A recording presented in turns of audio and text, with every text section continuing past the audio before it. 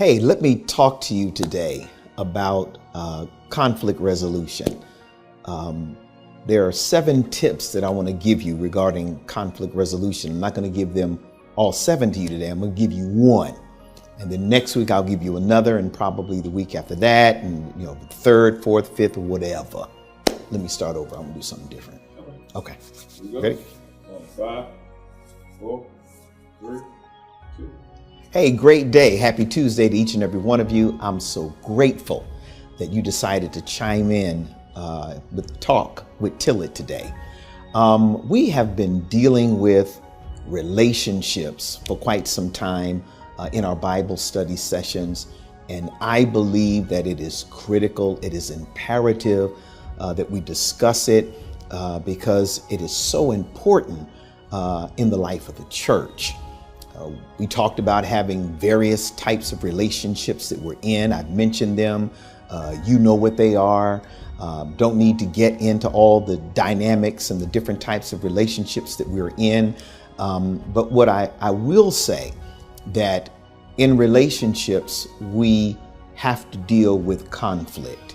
But there's something else that's called conflict resolution. Conflict resolution in its simplest form means that we have conflicting issues, but that we have enough sense to deal with and overcome the conflict so that we can move our relationship to another level. One writer says that in dealing with conflict, that we must be willing with everything that we have, to own up to the part that we played in the issue at hand.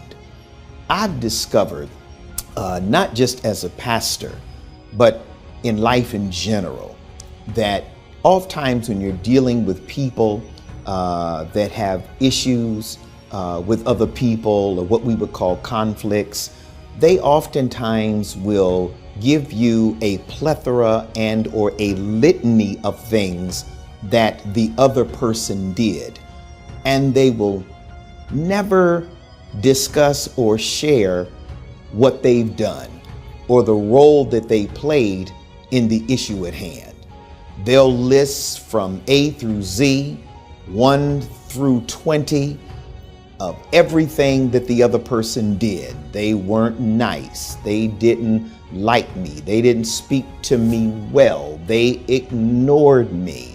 And the list goes on and on and on without really telling you the role and the part they played in it. So the first thing regarding conflict resolution, or how to get over a conflict or move beyond conflict, is to be able to identify the part or the role that you played in it. Here's another good thought I believe to think about.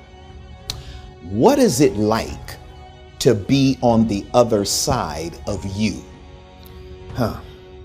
That just simply means, what is it like for someone to be able to articulate what it is that you are as a person, or for you to be able to watch yourself on camera as you are interacting with the person that you are having conflict with. Sometimes when we get an opportunity to see us for what we really are, or to be on the opposite side of us, it will help us to see the role that we played in the conflict. I think at the end of the day, those of us, especially those of us who are believers, ought to know how to deal with conflict. As a matter of fact, those of us who are believers, we are all part of one body. I talked about that in Bible study last week, that we are part of one body. So what happens to one of us happens to all of us. And so as I'm sharing with you and interacting with you, and I'm trying to come up with a great resolution, to come up with some resolve to the conflict, I need to understand that what I'm doing is not just best for me. It's not just best for you, but it's best for us as a whole. And so then at the end of the day, when we're in discussions with people or having conversations with people that are in conflict, at least we can say with a straight face that we were in conflict. We had an opportunity to look deep within ourselves and to see what role we played in it. When we saw that, we dealt with it, came back to the table, had some great quality conversation, and that we were able to move past the issue that was at hand. Now we can be a witness and a testimony to others that are in the midst of conflict. I just wanted to just talk a little bit about that today. There are some other examples or some other thoughts that I'm going to give you regarding that. I just lifted up one today, and in the next few weeks as we come together, I'll probably give you some more because I think it's important, especially my brothers and sisters, for those of us who call ourselves believers. If we are believers and we are part of the body of Christ, then we ought to learn how to get along with each other, love each other, and support each other, and stand together under the umbrella of this Christian relationship that we have.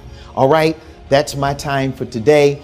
I hope that this blessed somebody today. I hope that there's somebody that's listening, that you're in the midst of something and you're going to take some of this information, you're going to utilize it to benefit and to be a blessing to the relationship that you are in the midst of now.